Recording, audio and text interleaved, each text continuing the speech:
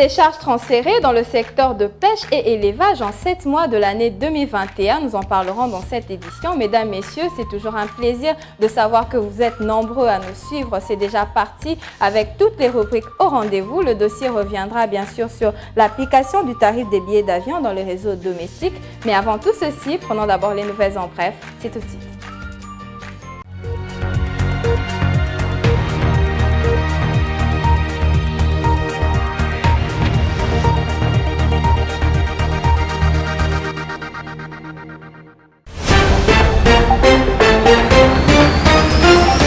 Commençons ces nouvelles en bref avec cette information. En 7 mois, le gouvernement de la République démocratique du Congo a transféré plus de 75 milliards de francs congolais, soit plus de 37,5 millions de dollars américains, au taux budgétaire de 2067 francs congolais pour $1 américain en faveur du secteur de la fonction publique.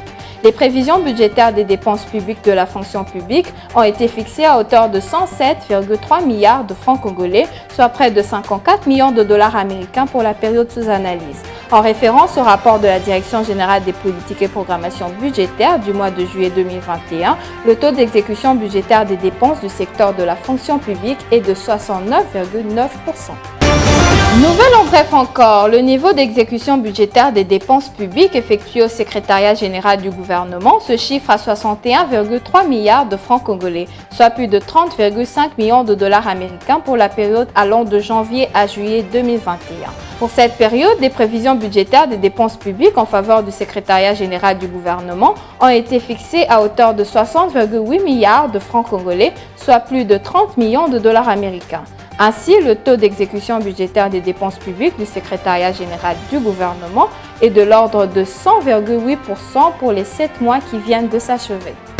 Poursuivons ces nouvelles en bref avec cette information. Le ministre de l'économie Jean-Marie Kalumba était à l'aéroport international de Njili ce jeudi 19 août 2021. L'objectif de sa mission d'inspection, se rendre compte de l'efficacité de l'application du nouveau tarif des billets d'avion pour le vol domestique. Il en ressort un constat d'encouragement quand on sait que les nouveaux tarifs sont bel et bien appliqués sur toutes les destinations du réseau domestique. On se sépare avec cette information. Le professeur émérite Malembe Tamandiak, fondateur et premier directeur général de l'Institut supérieur des techniques de l'information, ISTI, actuel IFASIC, souhaite un franc succès à la tenue des États généraux de la presse. Il est venu encourager le ministre de la Communication et Médias qu'il a reçu en audience ce jeudi 19 août 2021 à son cabinet du travail tout en souhaitant un franc succès aux États généraux de la presse. Le professeur Malembe et le ministre Mouyaya ont évalué tous les contours des préparatifs de ces assises qui seront organisées sous le haut patronage du chef de l'État congolais. De retour sur ce plateau, nous allons déjà commencer avec notre toute première rubrique, c'est donc les chiffres clés avec Benita Mweni. Suivez.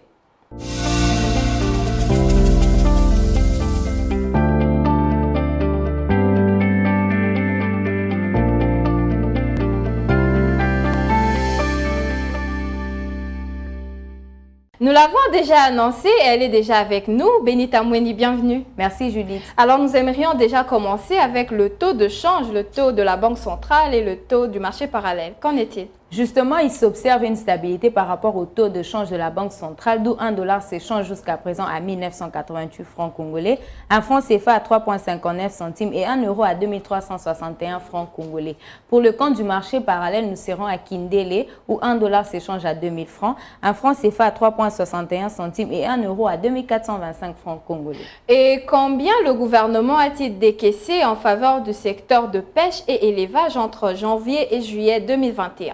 Le gouvernement congolais a décaissé un montant total de 1,1 milliard de francs congolais, équivalent à 579 000 $ américains au bénéfice du secteur de pêche et élevage dans la période comprise entre janvier et juillet 2021. Il faut noter que pour cette échéance, la loi des finances prévoyait une sortie de fonds de l'ordre de 58,8 milliards de francs congolais, soit près de 29 millions de dollars américains.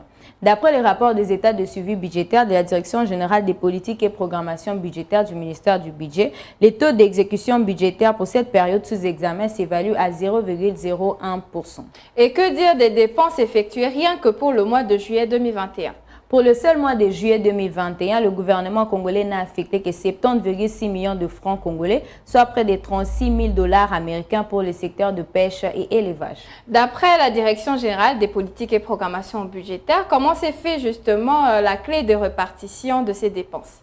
D'après le rapport de la Direction générale des politiques et programmation budgétaire, cette modique somme d'argent allouée au secteur de pêche et élevage en 7 mois de l'année 2021 a été répartie de la manière ci-après. 281,6 millions de francs congolais ont été affectés aux dépenses du personnel, 188 millions de francs congolais engagés pour l'octroi des biens et matériels et enfin les dépenses liées à la prestation sont chiffrées à hauteur de 680,7 millions de francs congolais. Rappelons que pour l'ensemble de l'année 2021, le Trésor public congolais devra débloquer 100,8 milliards de francs congolais, soit plus de 50 millions de dollars américains en faveur du secteur de pêche et élevage. Merci à vous, Benita Mouini, pour toutes ces précisions et nous espérons vous retrouver très prochainement. Merci Judith.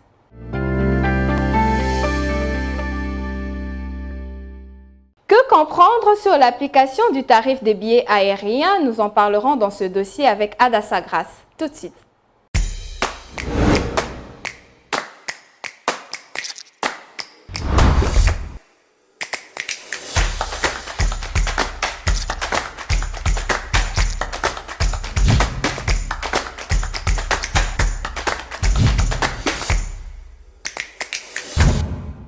Nous l'avons déjà annoncé et elle est déjà avec nous, Adassa Grace. Bienvenue. Merci Judith. Alors aujourd'hui, vous nous parlez de l'application des nouveaux tarifs des billets d'avion et le gouvernement avait donné un délai de 3 jours. Qu'en est-il de cette affaire? Rappelons d'abord les faits, la population s'est plaignée par rapport au prix et pour le gouvernement congolais, il était d'abord question d'alléger la structure, les prix de toutes les charges qui alourdissaient la détermination de services aériens par trajet. Et cela non seulement d'assainir davantage les climats d'affaires dans ces secteurs, mais aussi de lui permettre d'améliorer la qualité de service offert aux consommateurs. Et à combien de pourcents la décision du gouvernement a-t-elle été respectée? Dans l'ensemble, la décision du gouvernement a été respectée à 99,9%. C'est déjà ce qui est important, mais aussi la population déplore qu'il y a encore des destinations qui maintiennent jusqu'à présent l'ancienne grille de tarification. Et nous sommes rendus sur terrain pour avoir les réactions de la population. Alors, nous allons donc suivre ce reportage du dossier. Bonne nouvelle, les opérateurs ont baissé les prix dans les aéroports internationaux. Juste question d'alléger la tâche à la population de se déplacer.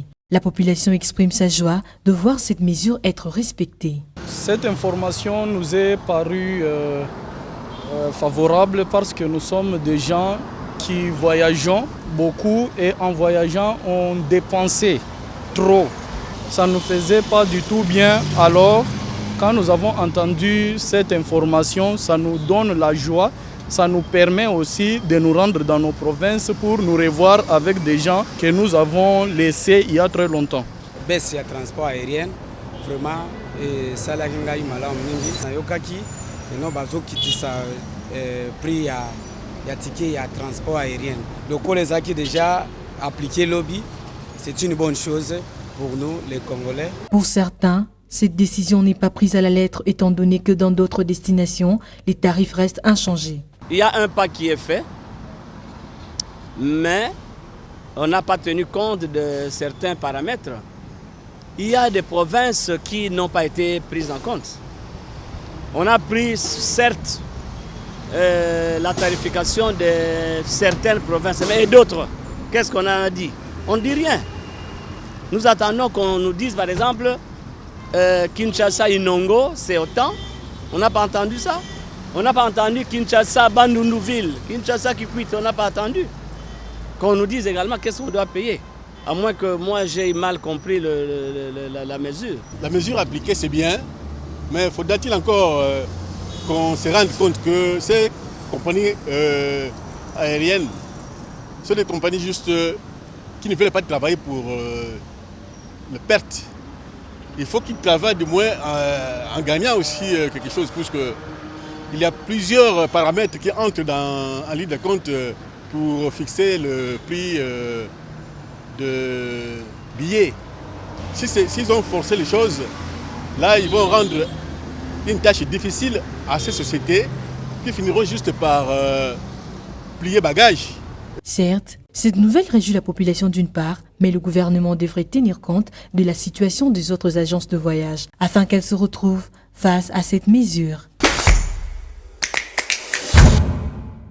Voilà, nous avons suivi ce reportage à Dassakras et nous remarquons que la population se plaint quand même qu'il y a d'autres secteurs qui n'ont pas respecté les mesures prises par le gouvernement. Qu'est-ce que vous avez à dire par rapport à ça? Comme nous venons de s'ouvrir dans cet élément de reportage, les personnes que nous avions interviewées nous ont fait savoir qu'il y a encore jusqu'à présent des destinations qui n'ont pas respecté et qui n'ont pas appliqué cette mesure.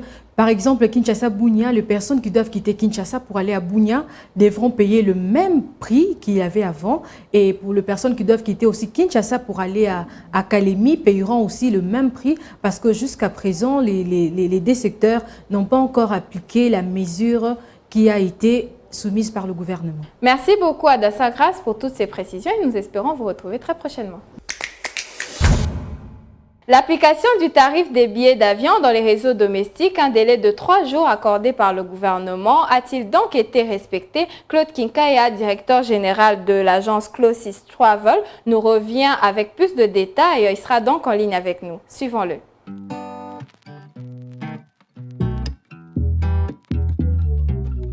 Monsieur Claude Kinkaya, bonjour. Bonjour. Alors, vous êtes le directeur général de l'agence Closest Travel. Est-ce que vous pouvez nous confirmer sur la baisse du prix du billet d'avion? Oui, nous avons commencé déjà à appliquer il y a de cela une semaine les tarifs du gouvernement, mais il y a certaines provinces qui n'ont pas encore réussi, comme Mbujimaï, Kananga, où il y a encore... les avions ne partent pas jusque là. Il y a aussi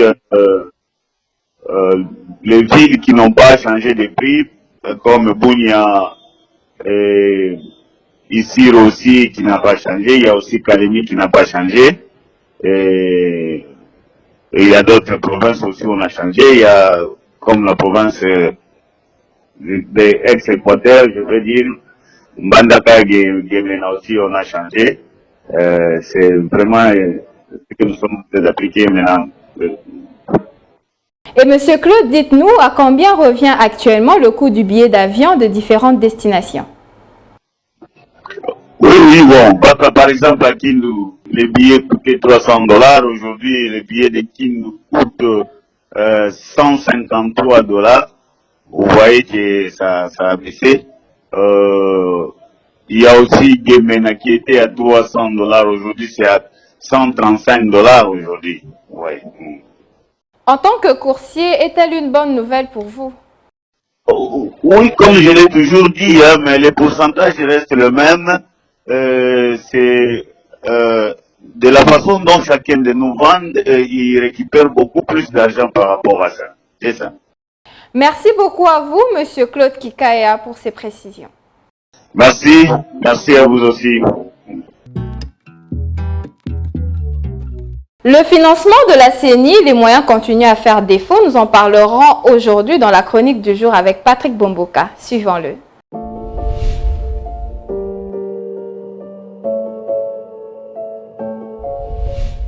Bonjour.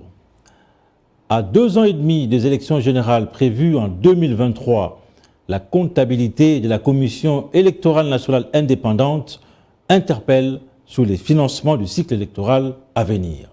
Sous le 73,6 milliards de francs congolais attendus fin juillet 2021, un montant équivalent à 32 millions de dollars américains, à peine 15,1 milliards de francs congolais ont été affectés à la CENI, soit 6,6 millions de dollars américains décaissés contre les prévisions de 32 millions de dollars américains.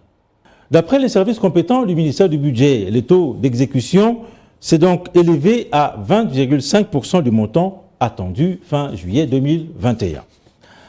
Dans son rapport devant les députés nationaux à l'Assemblée nationale, le président sortant de la CENI, Corneille Nangaa, avait donc signifié que le processus électoral 2013-2019 avait coûté au bas mot 1 milliard de dollars américains au trésor public, contre les prévisions de 1,3 milliard au total.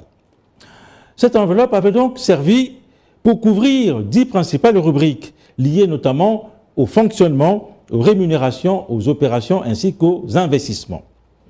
C'est en effet un cycle électoral assez coûteux, dont 50% des frais sont affectés à la constitution du fichier électoral.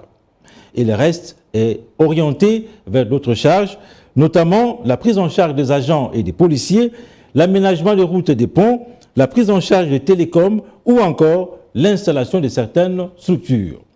On aura donc compris que les 3 scrutins combinés de 2018 ont coûté à la République un montant équivalent à 495 millions de dollars américains.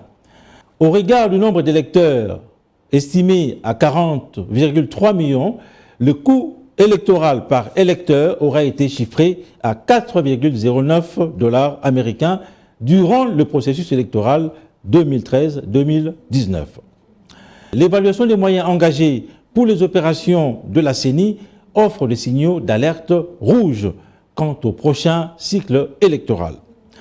Au cours de l'exercice budgétaire 2020, le taux d'exécution des dépenses de la CENI s'était arrêté à 56%, soit près de 29 milliards de francs congolais affectés par les trésors publics, contre les prévisions annuelles arrêtées à plus de 50 milliards de francs congolais.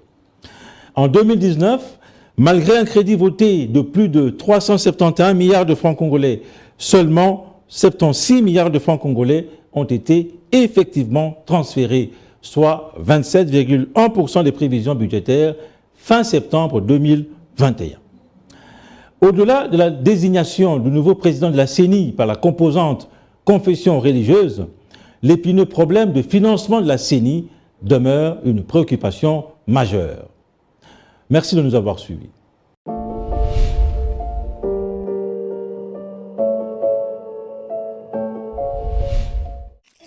Suivez-moi tout le jour à travers Zoom Wednesday sur Zoom Eco Live. Abonnez-vous sur notre chaîne YouTube. Zoom Eco Live, la référence de l'actualité économique en RDC. Zoom Wednesday du jour prélève les prix des outils informatiques et ça se passe avec Naomi Kandé dans sa rubrique Zoom Wednesday. C'est tout de suite. Bienvenue à tous. De nos jours, l'ordinateur est devenu un outil incontournable dans la vie professionnelle que privée. Raison pour laquelle nous vous proposons aujourd'hui une gamme variée d'ordinateurs. Sans plus tarder, c'est tout de suite. Commençons notre marché du jour avec un ordinateur fixe de 10e génération i3 de 4 GB coûte 855 $. Un ordinateur fixe de 8 GB de la 8e génération i5 revient à 1000 $. Un desktop de 1000 GB avec un écran tactile, cela revient à 600 $. Pour les ordinateurs portables, un laptop HP i5 de 8e génération avec 8 GB de RAM qui coûte 1000 $. Un ordinateur AMD A6 de processeur, mémoire RAM de 4 GB et un disque dur de 64 SSD. Cela revient à 399 $. Un laptop de 8e génération i7 avec une mémoire RAM de 8 GB revient à 1400 $. Un Lenovo Core Duo de 4 GB de mémoire RAM, 128 GB de disque dur revient à 500 $. Pour ceux qui préfèrent la marque Apple, une tablette de 256 GB revient à 375 $. Un MacBook Pro Air i5 4 GB de RAM, 128 GB SSD, cela revient à 700 $. Un MacBook Pro iC de 2018 revient à 350 $. La marque Dell i5 de la 4e génération mémoire RAM de 4 GB revient à 235 $. Pour ceux qui veulent se procurer uniquement un chargeur Lenovo ou HP, cela coûte 45 $. 17 $ pour le clavier. Clôturons notre marché avec une souris qui se vend à 12 $.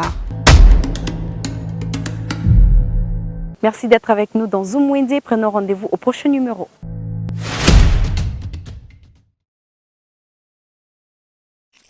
Les rendez-vous économiques, c'est dans l'agenda sur Zoom Eco Live.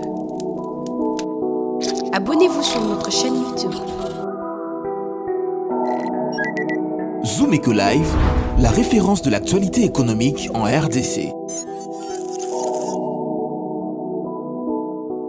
Quels sont les différents rendez-vous économiques du 20 août 2021? On en parle dans la rubrique Agenda et c'est tout de suite.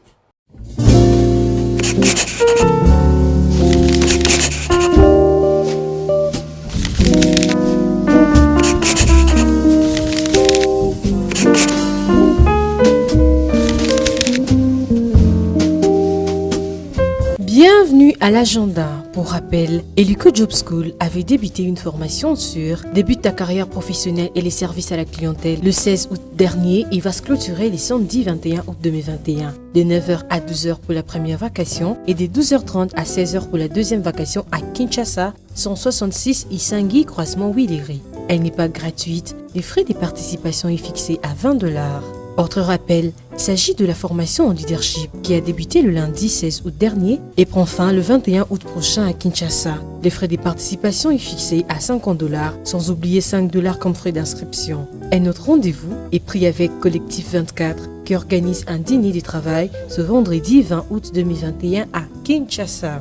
Et pour finir, Mélodie Bouya organise un business sommet du vendredi 27 au samedi 28 août 2021. Merci de nous avoir suivis. Au revoir. Article 15, votre rubrique de tous les jours qui donne la parole aux sans-voix, revient encore une fois avec un vendeur de noix de coco qui a décidé de nous ouvrir ses portes et de nous raconter sa petite expérience. Tout de suite, la débrouillardise à Kinshasa. Jamais, jamais, jamais. Débrouillard jamais, jamais, jamais. Débrouillard jamais.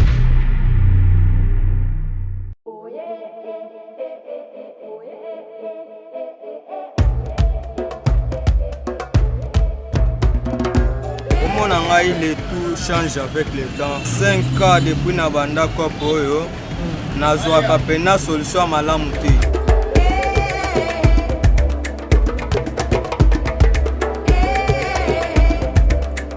Na mwasi na bana mibale mais pona ngai na mona ngo eloko te permettre ngate pona bomo pona kopo a part kaka na zwa mwa eloko ne fiske tolia na ndako me ya kobomba ezato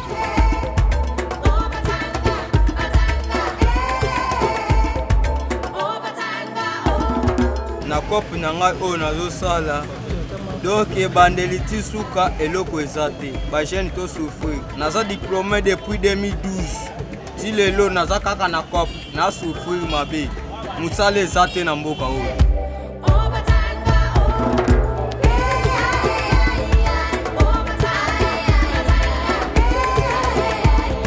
conseil pona ba jeune balukela bango musala omoni ba jeune makambo nyonso bazosala eza kozanga misala tako avandi azampiaka azoluka shimbo kezate suka era komona yo zana mbongo na nzelo zotambola asala nini akolanda yo abotola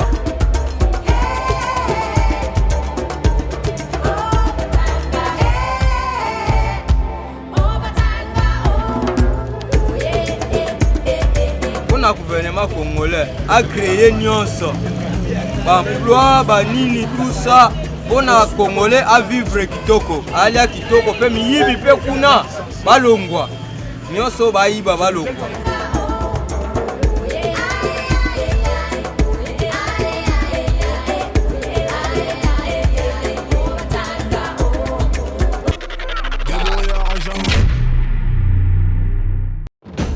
Nous vous amenons au cœur de l'actualité économique en RDC. Que dire alors de l'évolution du taux de change en République démocratique du Congo? Il y a eu à noter une stabilité relative du taux de change. Tout savoir sur la conjoncture économique, les différents taux de change officiels et parallèles. Tout apprendre et mieux comprendre le rendez-vous économique. Nous vous apportons plus de précisions. Enquête, analyse, dossier. Nous vous rapprochons de la réalité congolaise. Le Watt est un symbole de fierté pour la femme africaine. Sur ce sujet, nous vous souhaitons bienvenue. Entrepreneuriat et activité économique, chez nous, faisons les marchés ensemble. Nous avons appris à être plus près de vous, offrir à vos yeux ce qui est bon pour votre vie. Suivez-nous également sur nos différentes plateformes. Zoom Eco Live, la référence de l'actualité économique en RDC. Merci de nous avoir suivis. La suite, ça sera sans doute au prochain numéro. Surtout, n'oubliez pas de liker nos vidéos sur nos différentes plateformes Facebook, Twitter, YouTube, Instagram. Au revoir et à très vite.